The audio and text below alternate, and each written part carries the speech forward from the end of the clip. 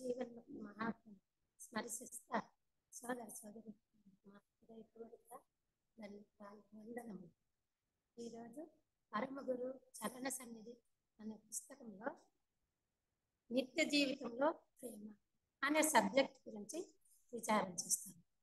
ఈ నిత్య జీవితంలో ప్రేమ అనేది సరళంగా సంక్షిప్తంగా చేయడానికి ప్రయత్నిస్తుంది. నిత్య జీవితంలో ప్రేమ,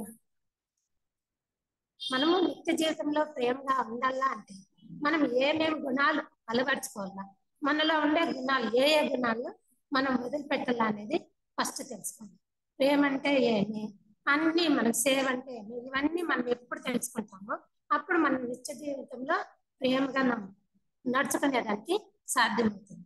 అందువల్ల ఇప్పుడు నిత్య జీవితంలో ప్రేమ రెండు విధాలుగా ఉంటుంది.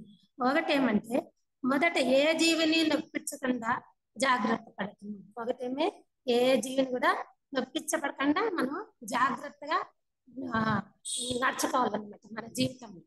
రెండోది ఇతరుల సహాయం చేసే అవకాశము నిరంతరము ఎదురు చూడటము. ఇంకొకటి ఏమంటే ఇతరులకు సహాయం చేసే అవకాశం నిరంతరము ఎదురు చూస్తూ ఉంటాం. ఈ రెండు వచ్చి ప్రేమ స్వరూపాలే అంటారు. ఈ సృష్టిలో నన్ను ప్రేమ అంటారు కదా, ఈ సృష్టిలో ఉండే ప్రతి ప్రాణిని హింసించకుండా ఉండడమే ప్రేమ. ప్రతి ఒక్క ప్రాణి, అవి ఏమి చెప్పు, ఖనిజ సస్య ప్రాణి ఏదైనా సరే మనసును నొప్పించకుండా ఉండడమే ప్రేమ. ఇక్కడ రెండు రకాల ఇతరులకు సహాయం చేసే అవకాశం ప్రేమ చెప్తున్నారు కదా. ఇవి ఒకే నాణ్యానికి ఉన్న బొమ్మ బరుసు వంటివి. ఒకవైపు నీవు ఎవరిని బాధించు, ఇది సహిష్ణుతా రూపము. సహిష్ణుతా రూపం అంటే సహనం. రెండవ వైపు నిరంతరము మంచి పనులు చేస్తూ ఉండడం, దీన్ని సేవ అంటారు. సదుద్దేశంతో ఏ పని చేసినా అది సేవే.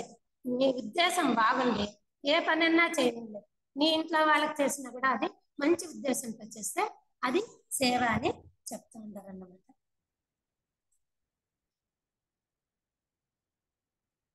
ఇక్కడ మనము ప్రేమను ఎట్లా పంచుకోవాలంటే,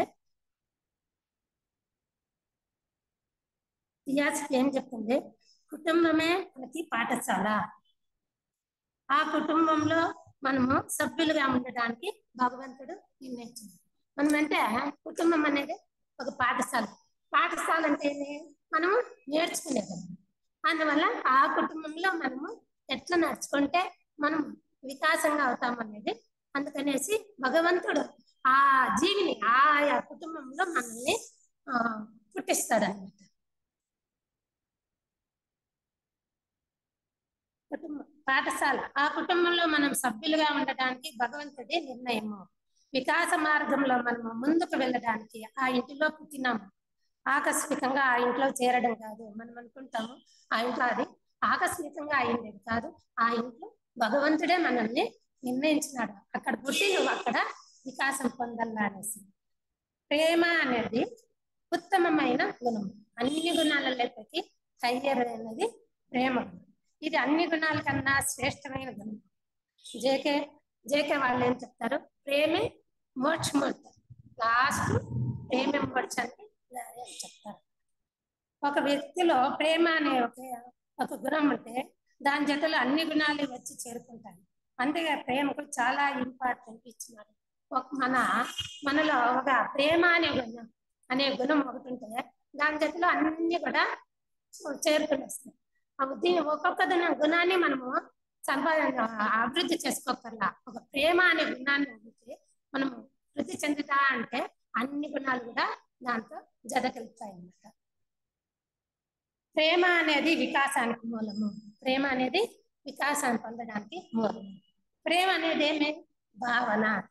ప్రేమ అనేది ఏమి మన హృదయంలో భావన అన్నమాట. అందుకనేసి భావన. ప్రేమతో ప్రతి ఒక్క విషయంలోనూ, ప్రతి వస్తువులోనూ, ప్రతి ప్రాణికి ప్రేమను పంచుతూ పోవాలి. మనం ప్రేమను ఎట్లా ప్రతి ఒక్క విషయంలోనూ, ప్రతి ఒక్క వస్తువులోనూ, ప్రతి ప్రాణంలో, ప్రతి ఒక్క ప్రాణిలో కూడా మనము ప్రేమను పంచుతూ పోవాలి. ఈ సృష్టిలో ప్రేమకు మించింది ఏదీ లేదు. ఈ సృష్టిలో ప్రేమకు మించింది ఏదీ లేదు అని చెప్తారు. ప్రేమ గురించి చెప్పాలంటే ప్రేమకనే మితి లేదు, కొలత లేదు, ఖరీదు లేదు, ప్రేమకు భారం లేదు. ప్రేమ అనేది మన శక్తిని మించి పనిచేస్తుంది. మనలో ప్రేమ అనేది ఉంటే మనకి శక్తి అనేది ఆటోమేటిక్ గా లోపల నుంచి మనకి వస్తుంది అనమాట. అసాధ్యం కాదు అనేది కూడా ప్రేమతో సాధ్యమవుతుంది. మనం ఏదన్నా కూడా నా వల్ల కాదు అని కన్నా మనలో ప్రేమ అనే ఆ శక్తిని మనము దేనైనా కూడా సాధించగలుగుతాము. ఎంత అక్రూరుడుగా ఉన్న అట్లా అని కూడా ఆ ప్రేమ మార్గంలో వాళ్ళని పరివర్తించవచ్చు. అందువల్ల ప్రేమ అనేది చాలా శ్రేష్టమైనది. ప్రేమలో తప్పు పట్టే గుణం ఉంది. ఎవరిలో ప్రేమ ఉంటుంది వాళ్ళు ఎవరిని తప్పులే పట్టారనమాట. ప్రేమతో ఉండేదే మన అందరి యొక్క గురి. మనం భూమి మీదకి వచ్చింది మన యొక్క గురి. ఎందుకు అంటే మనం భగవంతుని ఒక అంశం అండి. దైవ గుణాలు భగవంతుల్లో ఉండే గుణాలన్నీ కూడా మనలో ఉంటాయి. ఆ దైవ గుణంలో ప్రేమ చాలా శ్రేష్టమైంది. మనం ఆ ప్రేమ అనే గుణాన్ని వికాసం చెందుకుంటూ పోవాలి. మరియు బ్రతకడానికి కూడా ప్రేరణే ప్రేమ. మనం బతకాలంటే కూడా ప్రేమ లేకపోతే మనం బతకలేము. మన బిడ్డలు ఎట్లా సాగుతామో మనలో ప్రేమ లేకపోతే ఎక్కడి నుంచో వస్తారు, ఎక్కడి నుంచో పెడతారు, ఎవరో కట్టులో పుడతాము. అక్కడ వచ్చి ఆ కుటుంబంలో అందరితో ప్రేమను పంచుతామంటే దాని ప్రేరణేమి మనలో లోపల ప్రేమ ఉండేదాని వల్లే మనము ఆ విధంగా పంచుతాము, ఆ సంసారం చేయగలుగుతాము. ప్రేమ లేకపోతే మనము ఆ సంసారం మీద చేయలేము అన్నమాట. ప్రేమ అనేది తత్వము. ఎలా ఉంటుంది అంటే అందరి పట్ల ప్రేమగా ఉండడము. ఎట్లుంటుంది ప్రేమ అనే తత్వం? ఎట్లుంటుందంటే అందరి పట్ల ప్రేమగా ఉండాలి. తిట్టిన వాళ్ళను కొట్టిన వాళ్ళను కూడా ప్రేమించము. తిట్టినా సరే కొట్టినా సరే వాళ్ళని మనం ప్రేమిస్తా ఉండాలి. షరతు లేకుండా ప్రేమించము. నువ్వేమన్నా ఇస్తే నేను నిన్ను ప్రేమిస్తాను, లేకపోతే లేదు అనే షరతు ఉండకూడదంట. సామాజికంగా ఈ నిత్య జీవితంలో ఏమన్నా అంటే దానికి ప్రతిఫలం కోరుతామను.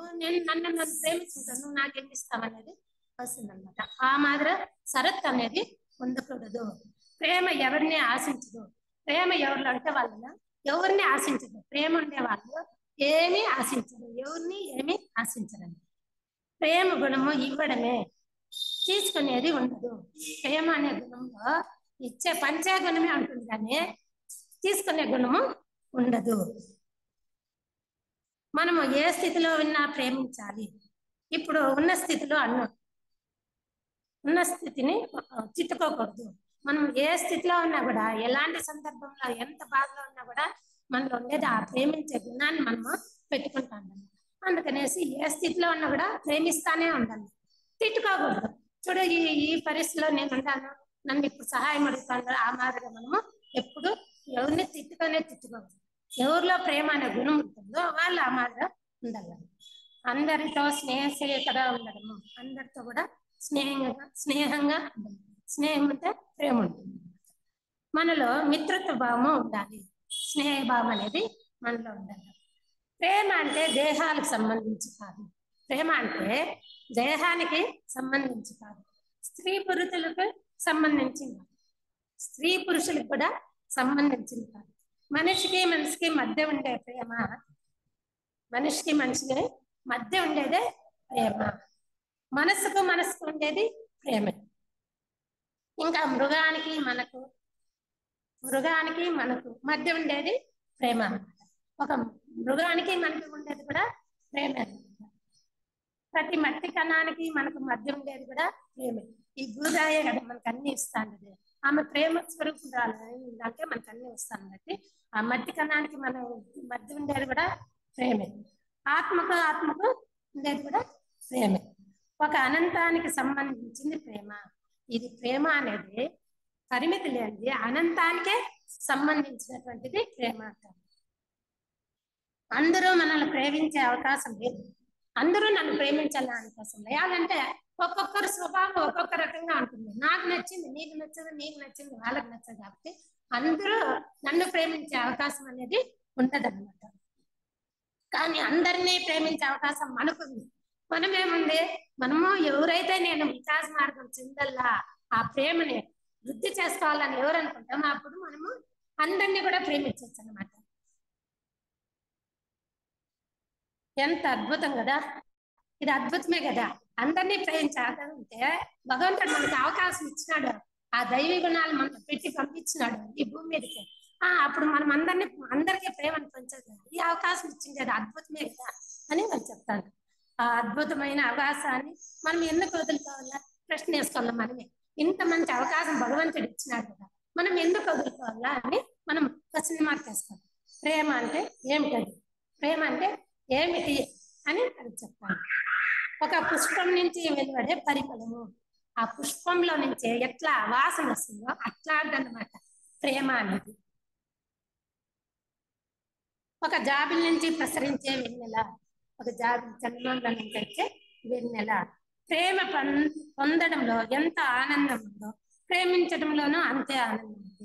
ప్రేమ పొందడంలో ఎంత ఆనందం ఉందో ప్రేమించడంలో కూడా అంతే ఆనందం. ఇది వాళ్ళంతా వాళ్ళు వ్యక్తిగతంగా వాళ్ళే తెలుసుకోవాలంట. నేను ప్రేమిస్తా అంటే నాలో ఆనందం కలుగుతుందా లేదా అని.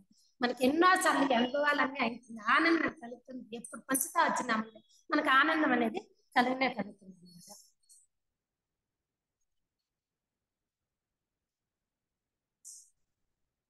ప్రేమించడంలో అంతే ఆనందం ఉంది, కానీ ఎవరిని ప్రేమించేందుకైనా మనకు అవకాశం ఉంది.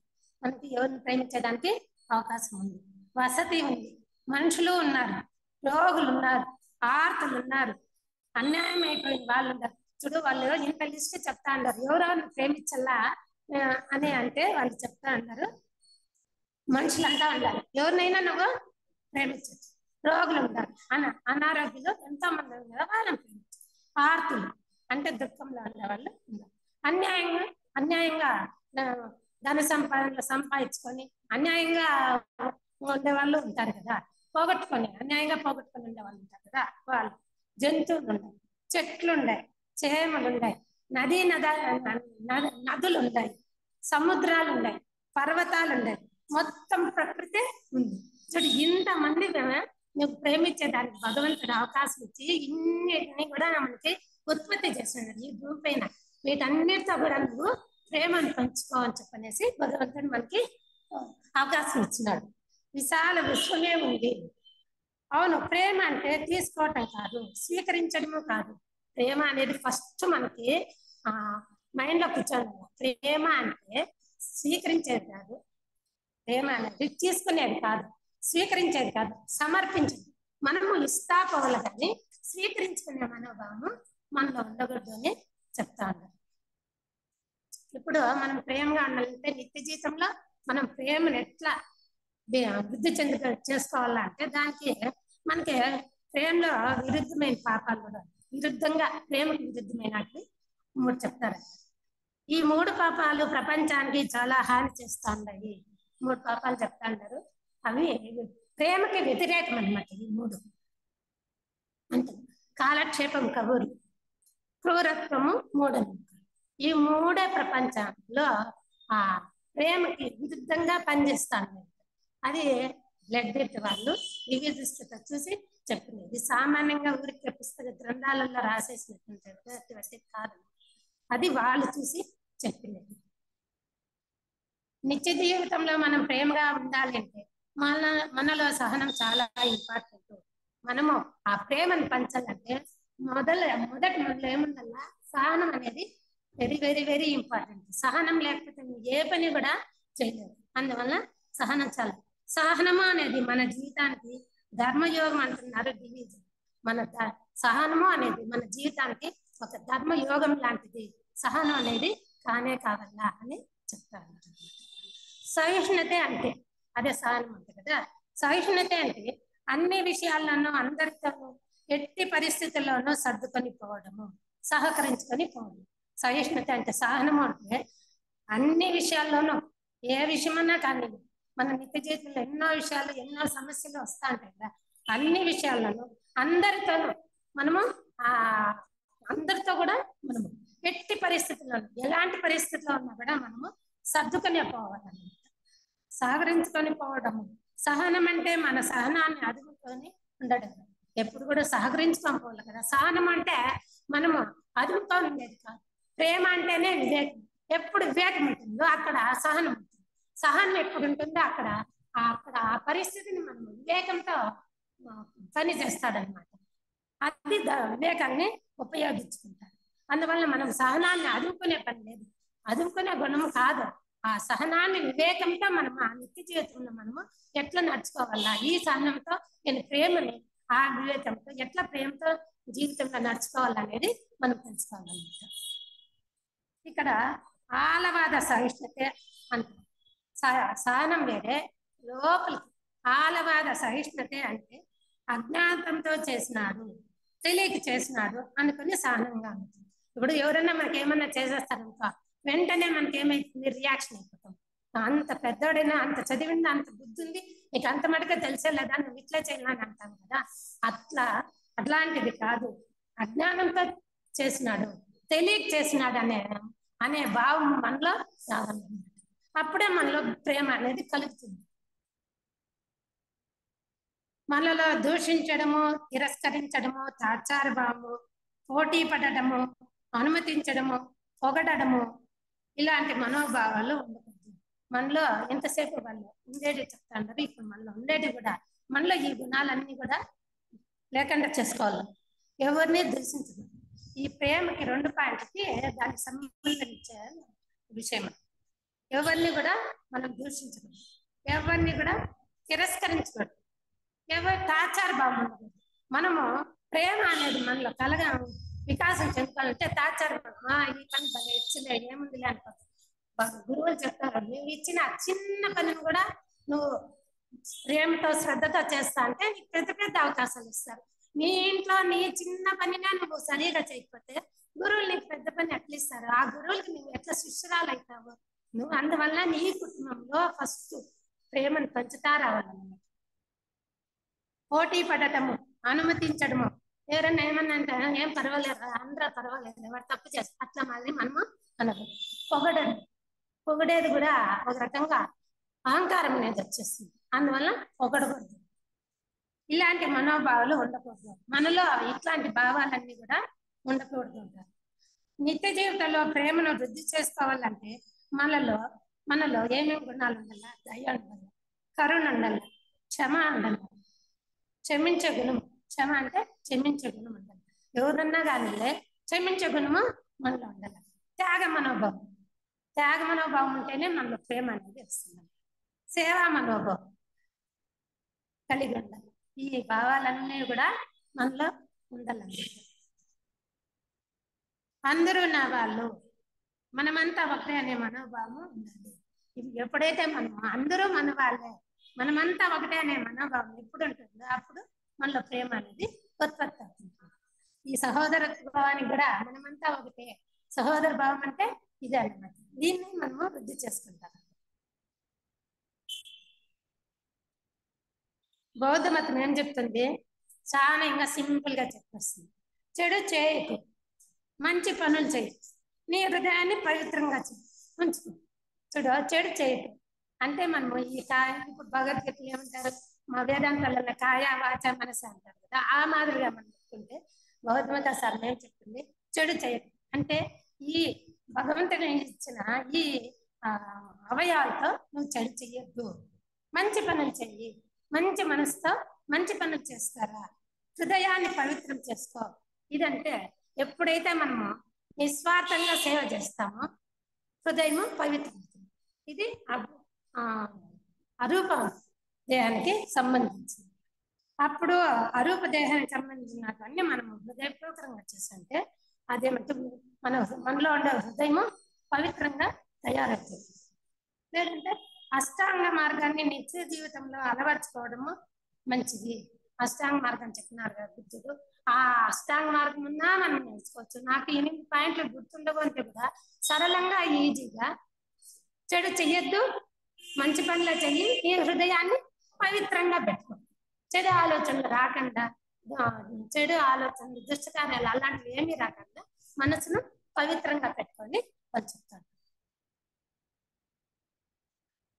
భగవద్గీత ఏం చెప్తుంది అంటే, భగవంతుడు బోధిస్తున్న తత్వాన్ని స్వీకరించి ప్రజాక్షేమం కోసం జీవించిన వాడి జీవితము వ్యర్థము అని సూచిస్తుంది. భగవద్గీత ఏం చెప్తా ఉందంటే, ప్రజాక్షేమం కోసం జీవించని వాడు వాడి జీవితమే వ్యర్థము. ఎందుకంటే మనం భగవంతుడు ఇచ్చింది ఇది, మనం ఇక్కడ పుట్టించిన పరోపకారం చేయమనేసి, ఎప్పుడు నీ స్వార్థానికి నువ్వే చూసుకుంటే ఆ జీవితము వ్యర్థము అనేసి భగవద్గీత చెప్తుంది. దీంట్లో కర్మలు చేయకపోవడము మహాపాపము. కొంతమంది ఏం చేస్తారా, నేను అది చేయను ఇది చేయను గమ్మున ఉండిపోతాను, నాకు ఏ తంటా వద్దు అంటే అక్కడ మనము ఎస్కేప్ అయిపోతాం అనమాట. మనము ఎస్కేప్ కాకూడదు, కర్మలు చెయ్యాల. కర్మలు ఎట్లా చేయాలా అంటే అనుకోకుండా నిస్వార్థంగా చేస్తారా, ప్రేమగా చేయాల, భక్తితో చేయాల, లోక కళ్యాణార్థం కార్యాలన్నీ మనం చేస్తారా. అలాంటి కర్మలు మనము చేస్తా ఉండాల.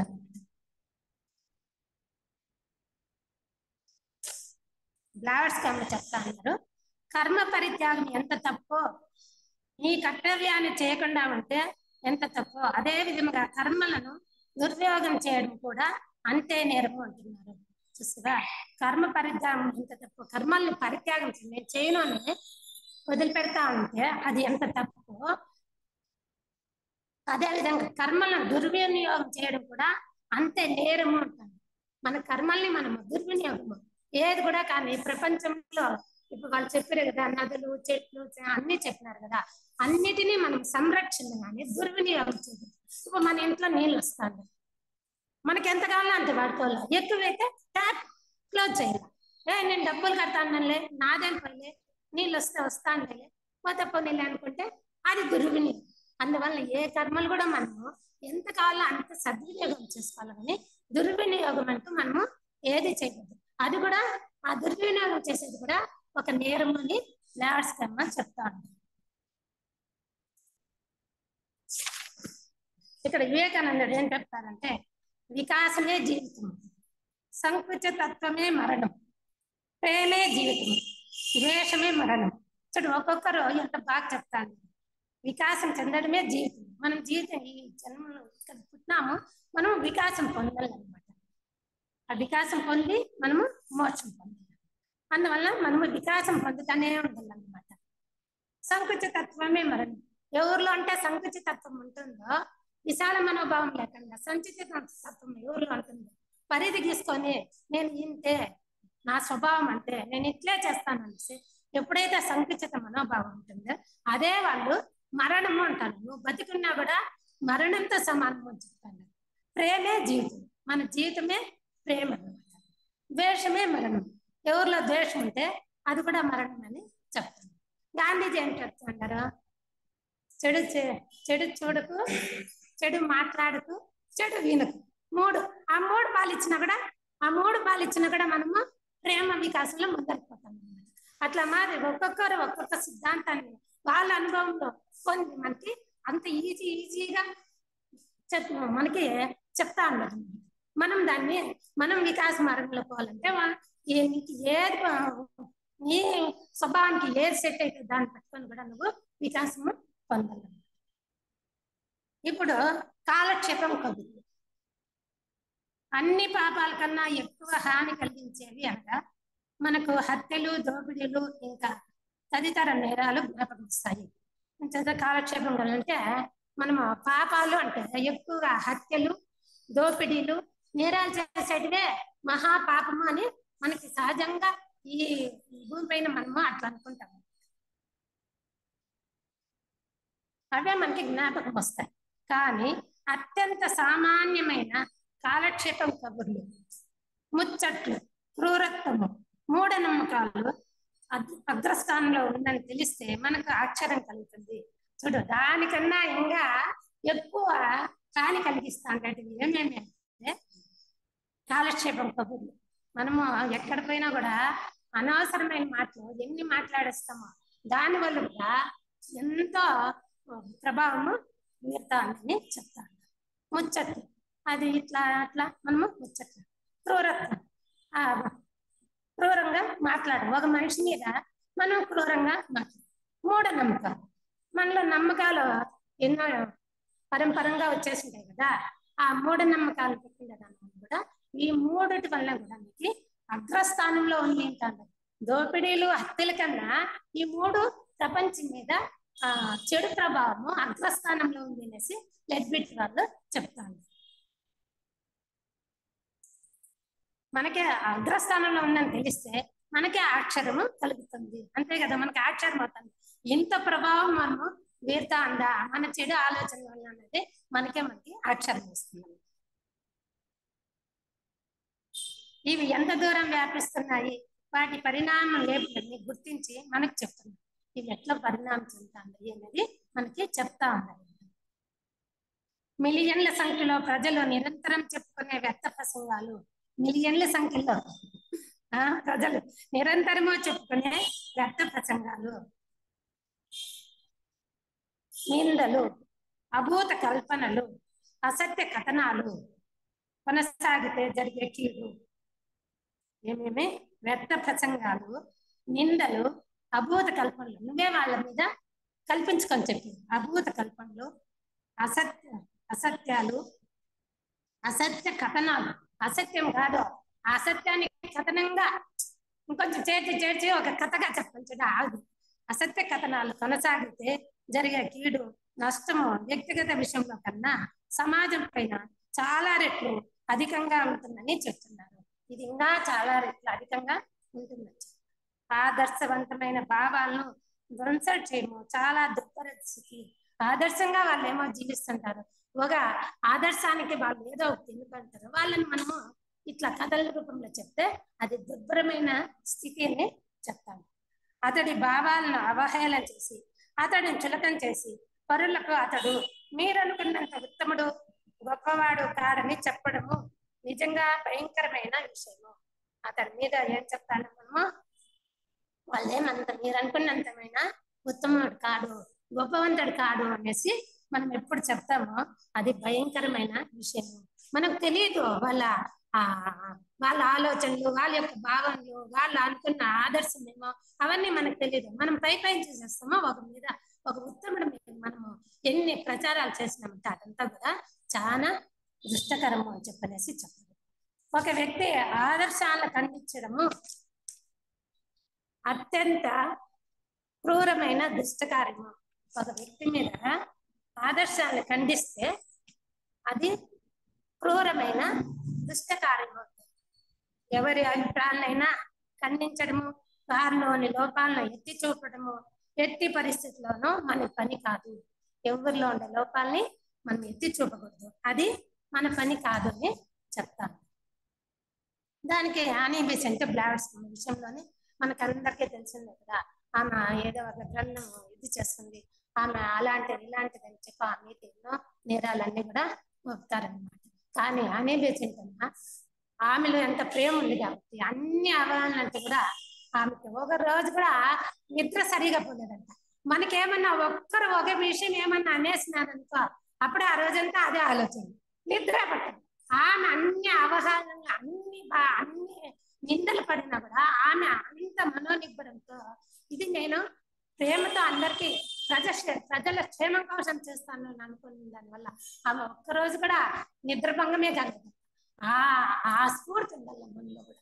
అట్లా ఎందుకు మనము ఈ యానీ బెసెంట్ కానీ మహాత్ములు చరిత్రలు కానీ కథలు కానీ తెలుసుకోవాలంటే వాళ్ళ నుంచి మనం ఒక రకమైన స్ఫూర్తి తీసుకుంటాం. వాళ్ళంతా ఇంత కష్టపడినారు కదా, వాళ్ళు ఈ మాదిరిగా జీవించినారు కదా, మనం ఎందుకు జీవించలేము, వాళ్ళదే మానవ జన్మే, మనదే మానవ జన్మే కదా, మనం ఎందుకు జీవించలేము ఒక స్ఫూర్తి తీసుకున్నామంటే ఆ స్ఫూర్తిగా మనము ముందుకు పోయేదానికి అవకాశం అవుతుంది. ఈ పుకార్లకి, ఈ కబుర్లకి, నిందలకి క్షమ లభించదు. మనం ఎప్పుడైతే ఈ పుకార్లు, నిందలు ఇవన్నీ చేస్తామో దానికి క్షమ అనేది ఉండదు. ఇలాంటి వాగ్రూపమైన దుష్కర్మ చేసిన వారికి కూడా ఆ కర్మ నుండి విముక్తి లభించదు. ఆ కర్మ నుండి విముక్తి అనేది లభించదు. అందువల్ల మనము హెచ్చరికగా ఉండాలని చెప్తాను. ఉదాహరణకి ఉత్తముల గురించిన పనికిమాలిన భావాలు మనలో కలిగిన అవి కూడా దైవదూషణకి తక్కువ కావు. ఎప్పుడైతే ఉత్తముల గురించిన ఉత్తములుగా ఉంటారు చూడు, వాళ్ళ గురించి మనం పలికమైన మాటలు భావాలు అవి కలిగినా కూడా, మనలో కలిగినా కూడా అవి దైవదూషణ, భగవంతుణ్ణి దూషించినటువంటిది అని చెప్తాను. అవి పరమగురువులకి వేసి సాగుతాయి.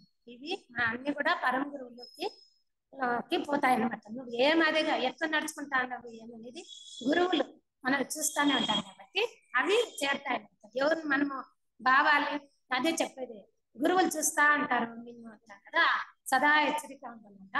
అందువల్ల ఇవన్నీ కూడా ఆ గురువులు చేరుతాయి. నువ్వు ఎట్లా నడుచుకుంటావు అని గురువులకి తెలుస్తుంది, చేరుతాయంటే తెలుస్తుంది. మానవుడి మనస్సు దయలేని తీర్పు వలన కఠోరమై ఎంతగా పోతున్న అనేది మన ఊహకి అందదు. మానవుడి మనస్సు దయలేని తీర్పులో మనం ఏమన్నా తీర్పు ఇచ్చేస్తాం కదా, ఎట్లా అంటే కోట్ల తీర్పులా. మన ఇంట్లో మన బిడ్డకే తీర్పు ఇచ్చిస్తాం. నువ్వు ఇట్లేరా, నువ్వు ఎప్పుడు ఇంటలేరా, ఒక బిడ్డనే కానీ మన స్వభావం కొంచెం తెలుసుకుంటే వాడు ఒక్కసారి ఉన్నట్టు ఒకసారి ఉండలేరు. కానీ మనమే తీర్పు ఇచ్చేస్తాం, ఈ బిడ్డ ఇట్లే ఎంత చెప్పినా వినదు అనే మాత్రం మనము ఆ బిడ్డమే మనం దయలేకుండా తీర్పు అనేది కఠోరమైన తీర్పు ఇచ్చేస్తాం. కఠోరమై ఎంతగా విషమీకూరితమైపోతుంది అనేది మన ఊహకు కూడా ఉండదు. మనం ఆ కఠోరమైన తీర్పు వలన అది ఎంత విష పరిణామం చెందుతున్నది మనకి తెలీదు అంటాడు. మన ఊహకు కూడా అందదు, మన ఊహకు కూడా అది అందదు. నమ్మడం కూడా కష్టము, మనం నమ్మడానికి కూడా కష్టం. మన మీద వృద్ధపడటమే దానికి సాక్ష్యము. దానికి మన మీద మనమే గుద్దుకున్నదే దానికి సాక్ష్యము. మనస్సాక్షిగా చేయటం, మనసుతో చేస్తాం అనుకనేసి చెప్తారు.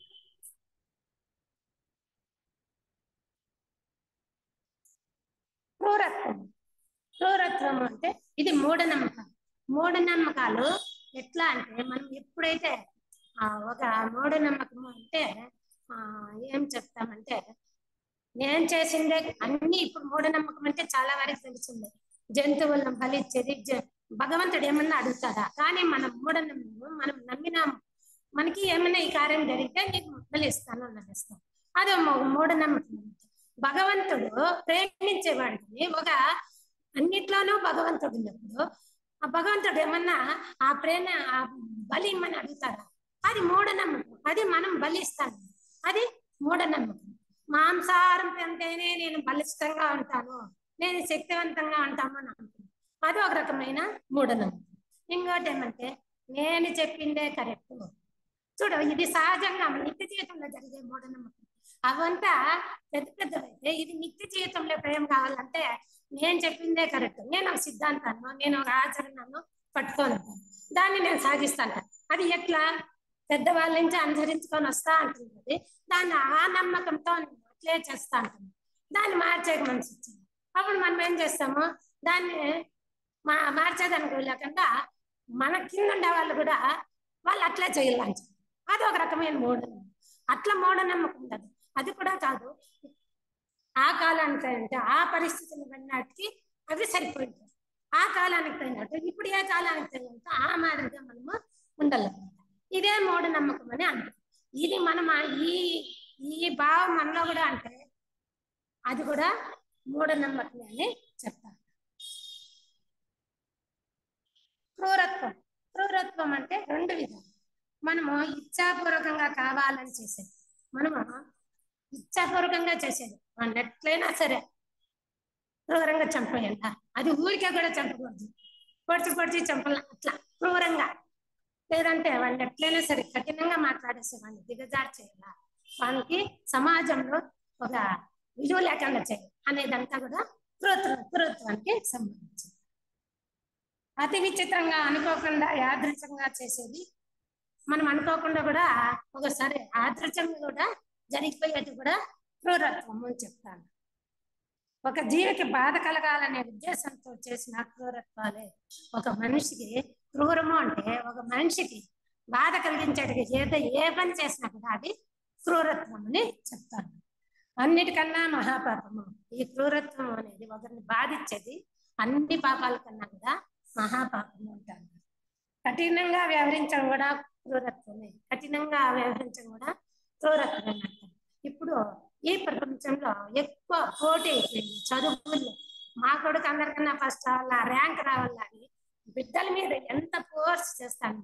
ఆ బిడ్డ కెపాసిటీ ఏంద్రా అది మనం తెలుసుకోవాలా. మనం లేదురా నువ్వు ఎట్లా తిరిగి నువ్వు ఎంబీఏనే చేయాలా లేదా ఇంజనీరే కావాలా అనేది కూడా మనం బిడ్డల్ని ప్రోత్సహించాలి, ఒత్తిడి చేస్తాను. అది కూడా ఒక రకంగా ఈ విధంగా మనము మన నిత్య జీవితంలో ఎట్లా చేస్తాను అంటే మనం మనల్ని చూసుకోవాలి. కొన్ని ఎగ్జామ్స్ అంటే కదా ఆ మాదిరిగా మనం మనల్ని మనమే క్వశ్చన్ చేసుకోవాలి. నేను ఎట్లా నడుచుకుంటాను, మనం క్రూరత్వంగా నడుచుకుంటాను, నా ప్రేమగా నడుచుకుంటాను అనేది మనమే క్వశ్చన్ చేసుకొని మనం దానికి సమస్యకి మనమే పరిహారం పొందుకొని ఆ పరిహారాన్ని కూడా మనము ప్రేమగా వాళ్ళకి చెప్తారా.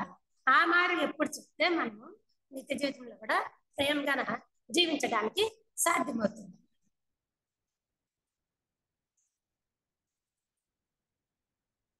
ఈ మూఢనమ్మకాలు మళ్ళీ చెప్తున్నారు.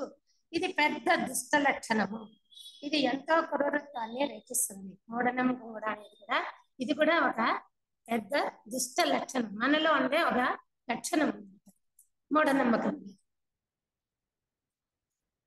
అదే వాళ్ళు మళ్ళీ అదే చదువుతాను. నేను ఒక సిద్ధాంతాన్ని నమ్మించాను, దాని ప్రకారం చేస్తా ఉంటాను. ఇతరులు కూడా ఆ విధంగానే చేయాలి, ఒత్తిడి చేయడమే మూఢనమ్మకం. ఇతరులు ఒత్తిడి చేయకూడదు వాళ్ళని, ఆ ఒత్తిడి చేయడం కూడా మూఢనమ్మకం. ఇప్పుడు ఈ మూడు చెప్పినా కదా, మూడు పాపాలు ఏం చెప్తున్నా, కాలక్షేపం, కబుర్లు, మూఢనమ్మకాలు, క్రూరం. ఈ మూడుని మనము వదులుతారా. మనం నిత్య జీవితంలో ప్రేమగా ఉండాలంటే మనం ఏం చేయాలి? ఏం చెప్తుంది? కొంచెం ధ్యానం చేయాలి, ధ్యానం చేయమంటుంది, సేవ చేయమంటుంది. ఒక మాట మాట్లాడేటప్పుడు ఎట్లుండల్లా, మన మాటలో సత్యం ఉండల్లా, దయ కలిగి ఉండల్లా,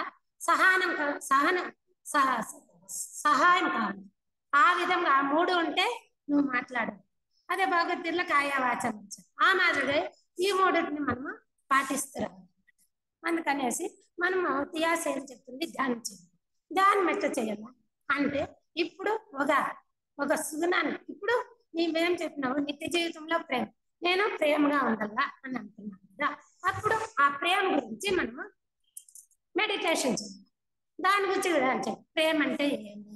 ఇప్పుడు మనం ఇవంతా విన్నాం కదా, దీన్ని మనము విచారించాలి. నేను ప్రేమగా ఎట్లా ఉండాలా, నేను నా సంసారంలో నేను ప్రేమగా ఎట్లా రక్షించాలా అనేది మనంతా మనము దాని మీద మనం కొంచెం ధ్యానం చేయాలి. తెల్లవారితో సహా బ్రాహ్మీ సమయంలో మనం ఏదైతే ఆ సుగుణాభ్యాసాన్ని ధ్యానం చేసినామో అది నిత్య జీవనంలో ప్రభావము వీరుతుంది. అందుకనేసి ధ్యానం చేయవచ్చు. ఆ నిత్య జీవితంలో కూడా మనం ప్రేమగా ఎట్లా నడుచుకోవాలంటే, ఇప్పుడు మన ఇంట్లో వాళ్ళకే కానీ, మన బిడ్డలకే కానీ, మన తల్లిదండ్రులకే కానీ ఒక పాలే ఇస్తాను. నేను నా పాలని ప్రేమతో ఇస్తాను. ప్రతిదీని ప్రేమ కలపాల, వడ్డిస్తాను. నేను ప్రేమగా వడ్డిస్తాను. ఏ పని చేసినా నేను ప్రేమగా చేస్తాను. నేను కథ చెప్తారు బుద్ధుడు, దాంట్లో నాకు జ్ఞానం కావాలని అతడు అడిగితే ఏం చెప్తారంటే, నువ్వేం చేస్తాను అంటాడు. నేను బేకరీ చేస్తాను. బేకరీ వ్యాపారం చేస్తానంటే, నువ్వు ఫస్ట్ నీ బేకరీ వ్యాపారంలో నువ్వు ఎప్పుడు ఇతరులు ఇది ఎవరికైనా తీసుకునే వాళ్ళు వస్తారు కదా, వాళ్ళకి నువ్వు ఏం కట్టిస్తావో అప్పుడు నేను నా ప్రేమను కూడా దీంతో కల్పిస్తాను అనే భావంతో ఇస్తారంట. ఆ మాదిరిగా ఎంత చూడండి, ఎంత ఈజీగా నేను ప్రేమ స్వరూపాత్మను అట్లా చెప్పుకోవచ్చు.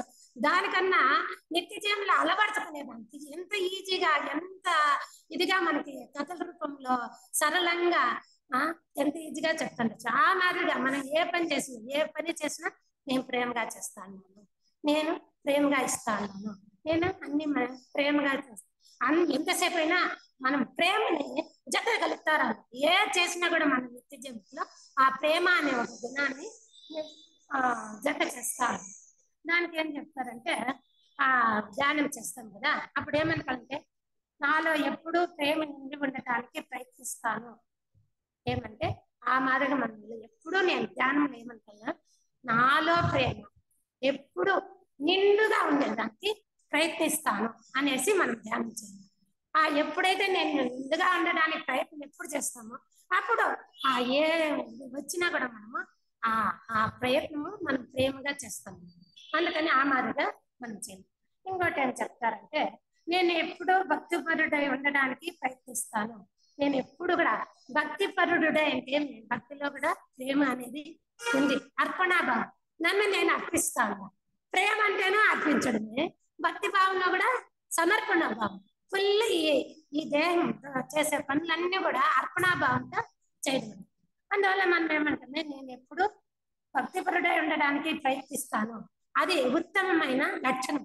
ఇది ప్రేమ, ఇది ఫస్ట్ రేసి ఉత్తమమైన గుణం, ఇది వచ్చి ఉత్తమమైన లక్షణం. ఇంకోటి వాళ్ళు ఏం చెప్తానంటే, నేను ఎప్పుడూ సానుభూతితో కరుణతో ఉండటానికి ప్రయత్నం చేస్తాను.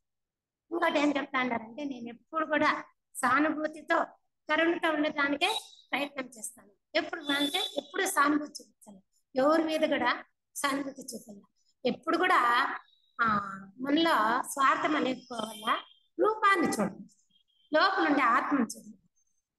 వాళ్ళ బట్టలు, వాళ్ళ అందము, వాళ్ళ రూపం చూడకూడదు, వాళ్ళ ఉండే గుణాలని మనం చూస్తారా. దీనికి ఆ మాదిరి ఎప్పుడు చేస్తామో అది సేవ చేయాలి. లేకపోతే మనము సేవ చేయాలి. అతి దొడ్డ సేవ అంటే దానికి ఇంకో సేవ, ఇది సేవ. అతి దొడ్డ సేవ అంటే అది ఇంకా పెద్ద సేవ.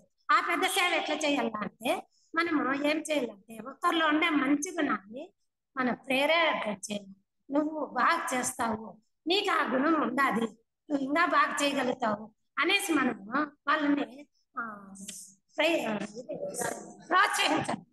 ప్రోత్సహించాలి. ఎప్పుడు ఆ మాదిరిగా మనం ప్రోత్సహించాల్సినామంటే వాళ్ళు ఇంకా ఖుషిగా చేస్తారన్నమాట. ఆ విధంగా మనము ప్రోత్సాహం చేయాలి. అది అంతకన్నా దొడ్డ సేవ అంటారు ఎప్పుడో. కానీ ఎందుకంటే మనలో ఒక అహంకారం ఉండదు కాబట్టి అదేం చేస్తాం, ఇప్పుడు భలే చేసేస్తాండే, ఇట్లాంటి మేము ఎన్ని చేసేసినాం, ఇది వాళ్ళ ఇచ్చా అనేసి అదే.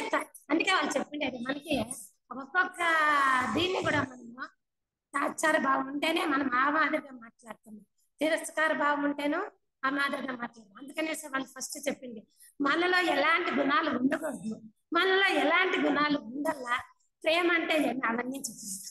ఆ మాదిరిగా మనము నిత్య జీవితంలో నడుచుకుంటారు. దానికి ఇక్కడ ఒకటి మనం చూడండి ఏం చెప్తా అన్నారంటే,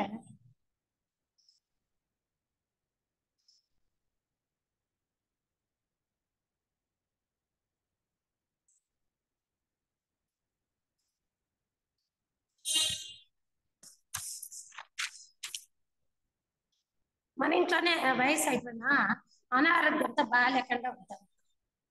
మన ఇంట్లోనే తల్లిదండ్రులు ఎవరో అనారోగ్యంతో ఉంటారు. అప్పుడు అనారోగ్యం అప్పుడు నీవు ఇది నా కర్తవ్యము అని మనసులో, ఇప్పుడు అనారోగ్యంతో ఉంటారు, అప్పుడు ఏం చేస్తాం మనసులో, ఇది నా కర్తవ్యం, ఏం చేయలే, ఈ ఇంట్లోకి వచ్చిన నా కర్తవ్యం ఏం చేయాలని వాళ్ళని తిట్టుకుంటా, మనసులో తిట్టుకుంటా, గొనుక్కుంటా ఆ మాదిరి చేయకూడదు. మనం ఎట్లా చేయాలంటే, భగవంతుడు ఇచ్చిన ఇది ఒక సదుద్దేశము, అవకాశము, ఇది సేవ. నేను ప్రేమగా భక్తితో వాళ్ళకి సేవ చేస్తాను. నేను ఎక్కడో పోయి ఏమో సమాజానికి చేయకల్లా, నేను నా ఇంట్లో భగవంతుడి ఇచ్చిన అవకాశం అనేసి వాళ్ళకి ఆరోగ్యంగా వాళ్ళని చూసుకుంటే వాళ్ళకి ఎంత ప్రేమ కలుగుతుంది తెలుసా. అందరికీ చెప్పుకుంటారు, అప్ప నా కోడలు ఎంత బాగుంది, ఎంత బాగా చేస్తుంది. ఆ మాదిరిగా మనలో ఉండే గుణాన్ని, మనకి ఆ ప్రేమ అనే గుణాన్ని ఒకరు వ్యక్తపరచల్లా, మనం చెప్పుకునేది ఆ విధంగా మనము నడుచుకుంటారు. ఈ మాదిరిగా మనం నిత్య జీవితంలో ఎన్నో రకాలుగా మనము వాళ్ళంతకి వాళ్ళే క్వశ్చన్ వేసుకొని మనమే ఆ విధంగా నడుచుకునే ప్రయత్నం చేయాలి. ఇక్కడ ఒకటి ఏమంటే థియాసఫీ వివరంగా చెప్పేది, మూఢనమ్మకం గురించి చెప్తాను. చెప్పిందే రిపీట్ వస్తాను. అది యాలంటే ఇవంతా వినే చాలా ఈజీగా ఉంటుంది, నడుచుకునే దానికి కాలక్షేపం కబుర్ల విషయానికి కాలక్షేపం కబుర్లది చెప్పాను. ఇవి వినేకి చాలా ఈజీగా ఉంటాయి. ఓ ఇదేం పెద్ద కష్టమా అని మనం అనుకుంటాం. కానీ ఇవి ఎంత ప్రభావం చూపుతా ఉన్నాయి అని చెప్తే ఇవి మనం నడుచుకోవాలంటే కూడా చాలా కష్టం. చూడండి, ఒక నింద మనం ఒకరిని ఏమన్నా అన్నామంటే అది మనకి చెడు కర్మ వస్తుందా, అన్న వాళ్ళకి పాపం అంటుకుంటుందా, వాళ్ళ నుంచి ఆ చుట్టూ ప్రదేశం అంతా ఏమవుతుంది, వాతావరణమే కల్మిషం అవుతుంది. అందువలన ఈ ఈ 3 పాయింట్లు గుర్తుపెట్టుకోవాలి. కాలక్షేపం కబుర్లు చేసేటప్పుడు నేను ఈ మాట అవసరమా అవసరం లేదా ఆ ఒక్క పాయింట్ గుర్తుపెట్టుకొని కూడా మనం నడుచుకుంటాము. ఎప్పుడు ఇక్కడ కర్మ అంటే దీనికి ఎందుకు చెప్తా అన్నానంటే కర్మ కర్మ వ్యక్తిగత కర్మ వాళ్ళలో పూర్వజన్మ నుంచి చేసుకొని వచ్చింది వాటి ఒక కర్మ. ఇంకా మళ్ళీ వచ్చే గ్రామ కర్మ, సమాజం కర్మ. ఎలా అంటే అది దేశం కర్మ. ఎలా అంటే ఇప్పుడు ఇది ఒక గ్రామమే, ఆ గ్రామంలో కలరా అట్లా వచ్చేస్తే అదంతా ప్రాగిపోతుంది కదా, అందువల్ల అది సమాజం కర్మ. సాంఘిక కర్మ అంటే ఇది ప్రపంచానికే వెళ్ళిపోతుంది. ఈ మనం చేసే కర్మలో అది అక్కడి వరకే ప్రారంభం. జబ్బు వచ్చిందంటే ఆ గ్రామాన్ని అంతా వ్యాపిస్తాయి అన్నమాట. మనం చేసే కాలక్షేప కబుర్ల కర్మ సాంఘిక కర్మ. ఇది ఏమంటే విశ్వానికంతా వెళ్ళిపోతుంది. అందువల్ల మనము హెచ్చరికగా ఉండాలని వాళ్ళు చెప్తా ఉన్నారు. ఈ మాదిరిగా మనము నిత్య జీవితంలో మనమే ప్రయత్నం చేస్తా చేస్తా చేస్తా మనము ప్రేమగా ఎట్లా వికాసం చెందాలా అనేది మనం నేర్చుకుంటారు. అట్లా ఎప్పుడైతే మనము ప్రేమని నిత్య జీవితంలో వచ్చినామంటే మనం వికాసమనంలో ముందుకు పోతా వస్తాము అని చెప్తా ఉన్నాను. ఈ అవకాశం ఇచ్చిన అందరికీ నా సర్వే జన సుఖినో అవకాశం ఇస్తా సుఖినో